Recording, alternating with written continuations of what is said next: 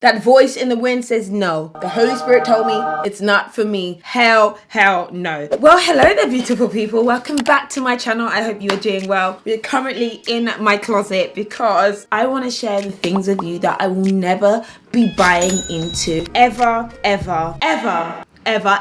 again. No. Marie Kondo would be proud if it doesn't make me tingle, if it doesn't spark joy. No, it's not getting my energy in 2020. So, number one, I will not be buying into trends anymore. You see stuff, you see it on people that you like, they wore it really well, or a celebrity has it and you want it. And there's something about just seeing something all the time that makes you want it and you sometimes get it. No! But we need to close our eyes and we will not be buying trends. And I have got nothing wrong with trends if you like them, if they suit you and if they work. But a lot of the times they don't. Let me tell you the thing about trendy items. As quickly as that trend comes, is as quickly as that trend goes. These! You either love them or you either hate them. I'm going to tell you now, I still absolutely love these. Let's not lie. These were a trend. You guys saw these Bottegas everywhere. And I really actually wanted the quilted style when they first came out. And then they just sold out and they kept selling out in every color. And then the pouch bag came, kept getting sold out. And then the woven style came out, which was literally £200 more than the actual basic style that I actually wanted, which was the cushion style. But because I so really wanted this trend, I bought these ones as soon as I saw them, within seconds. And they were a trend item, I can't lie. However, Beyonce has these. Me and Beyonce, we got the same shoes. And they caused a lot of controversy because they were love or hate, but they were definitely a trend. And I actually ended up buying them in September because I really wanted to be on the trend. But really, it's winter at that point in time. So where are you wearing open toes to, Patricia? Where? So hopefully I'll wear them again this spring, summer. But yeah, trends are a no. This, another trendy item. And I do not want to tell you guys how much money I spent on this trendy item that I saw. I was already late in the trend. It was like high summer. Why? Who needs a cardigan in the high summer? Nobody. Like, really? Who needs sandals in the winter and a cardigan in high summer? Patricia, all in the name of buying into the trend. Look at you. Look at your life. Ended up getting it. Have only worn it once. It's not fair. However, the good thing I will say is I will be wearing this again. Oh no, it will get worn in spring. It will get worn in spring. Trends are not your friend because they come and go. If you feel like something has longevity in your wardrobe, absolutely fine. But if you're just buying it because of hype, stop and think and smell the roses. Stop. I'm not going to buy items that have potential. It's like a man. You need a man who can actually do something, not a guy with potential. Potential can leave you destitute, broke, dreaming about a better life, you know? Potential is not enough. He has potential to have a job. He has potential to not cheat. Shut up. Potential is not enough, okay? And I'm like that with clothing. I look at clothing and sometimes I bought stuff that I'm like, this could be really good. This could work with something I have. This can fit me later. Oh, I could just squeeze my foot into that. Patricia, you're a size 8. Don't squeeze your foot into a size 7. Your toes will be bleeding. And unfortunately, I spent my money and I spent my time. I have a lot of things that have got potential but have labels still on them. I bought these snakeskin pants because I thought they had potential. I was thinking that I'd fit into them. Number one, I really don't even fit into them now, or even when I bought them, I thought they had potential. I thought, if I was going to be creative or have an artistic day, I'll wear snakeskin trousers. Bought them because they were in the sale. The label is still on them. Okay, it was only $5.99, but it's potential, and the potential is still sitting in the wardrobe, and I'm not doing that. And I've actually come up with this new rule that if I purchase anything new, it stays in my closet for 3 weeks. If it doesn't get worn, if it doesn't get used, if it doesn't get love, it has to go out. And I should actually put on a rail that's visible, but there's so much wasted potential. I've decided I'm going to stop buying little tiny expensive pieces of jewelry because I lose them. I lose them all. I'm actually disgusted with myself. I think there's something wrong with me. I'm horrified. And my mum used to say, you know what, you're the kind of person, you shouldn't have nice things because you don't keep them. In hindsight, this is like quite insulting. Like, I think I need like therapy over this. But she used to say, you don't know how to keep nice things, or you don't know how to keep little things. Don't waste your money on certain things because you'll lose them. And I genuinely lose stuff, especially tiny expensive stuff. What is this? It's like the more expensive it is, and if it's small, I lose it. Why? I feel like there must be some kind of like, there's no reason. You're just absent-minded, Patricia. You're just absent-minded. Last year, I had the most gorgeous little, I think they were like Dior studs, and I loved them, but obviously I couldn't wear them to bed. And I like sleeping in different locations. Maybe it's a train, maybe it's a bus, it's a bed, it's a sofa. And so I always took them out when I fell asleep. Why is it that within like 2 months of having them, they're lost? I then ended up repurchasing the items. I lost them again. It's all right.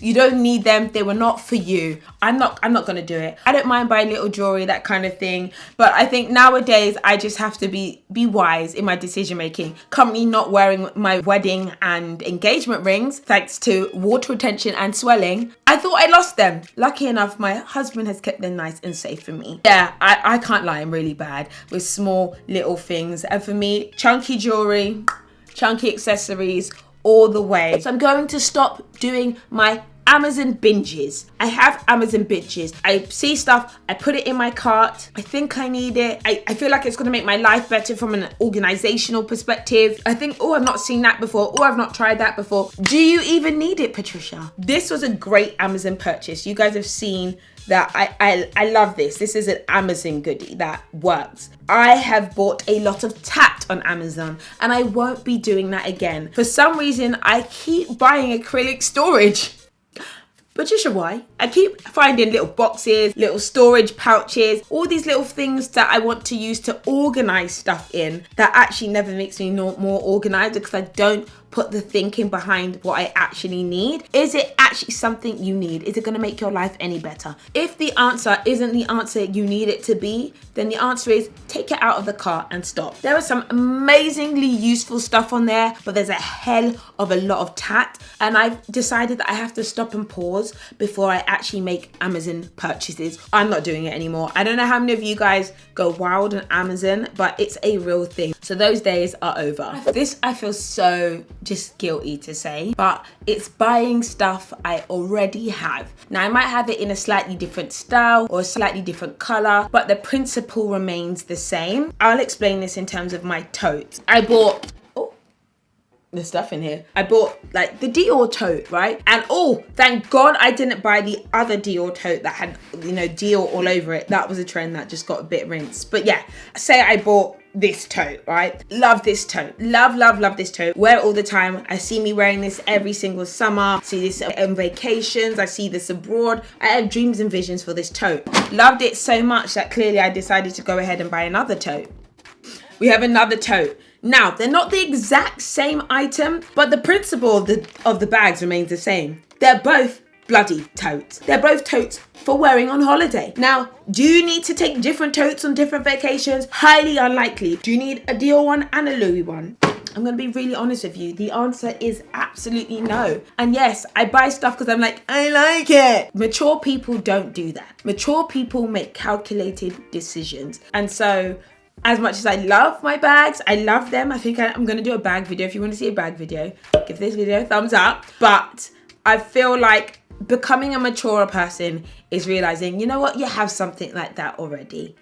You only need the one. Just because you like a style, you don't need it in every single color. No. I'm talking about maturity. Realistically, if things are not in my budget or in what I've allocated when it comes to spending, I won't be buying them anymore. I have been someone, of course, I work in fashion and beauty and all that kind of stuff. And I quickly just buy stuff because I like it. And I'm like, oh, this is for work, or, oh, I really, really need this item. And I kind of close my eyes and purchase it. And I think last year I looked back and I was like, You're really doing a lot, Patricia. You're really doing a lot. And obviously everybody has different budgets, but I think a lot of us do this. We purchase stuff out of how it makes us feel, not out of actual need as much. And it's a bit more on a whim and not as calculated as it should be. And I have a budget. Okay, if you haven't seen my budget, I've got a video on budgeting on my finance channel. I've got my budget, which I share, and it is available to download. Everyone's got their own budgets.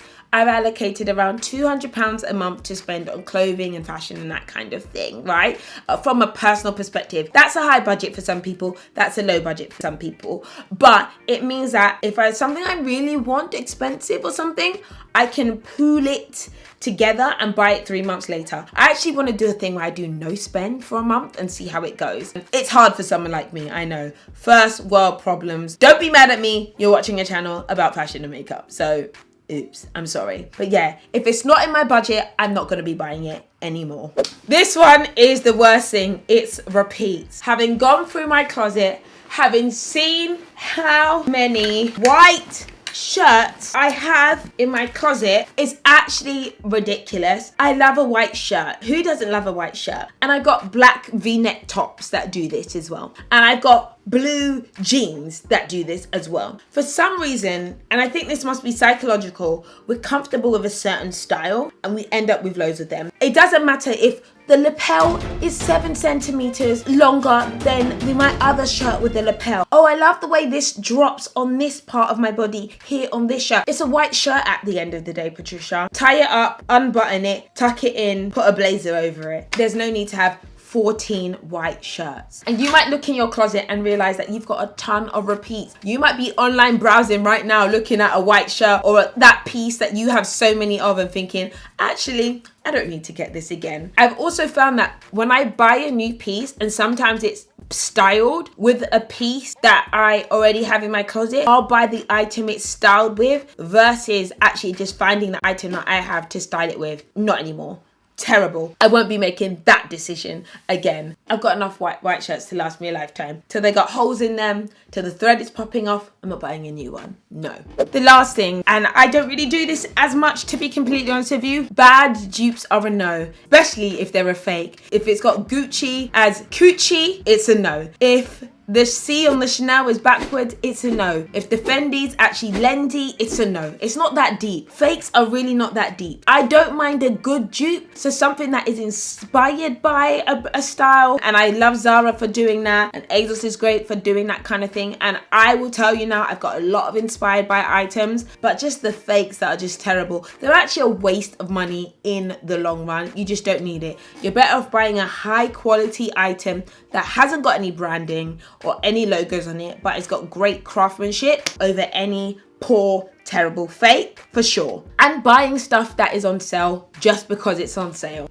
Listen, Black Friday is gonna have some of us shook and embarrassed out here. Now, unless there's stuff you really, really wanted, like if something goes on sale that you've been wanting for the longest, oh my gosh, it's always the best feeling. But if you just bought it because you're like, oh, it's $5.99, like my snake skin trousers, then no. Don't do it. You wouldn't have bought that item anyway. Stop. I won't be doing that anymore at all. Not in 2020.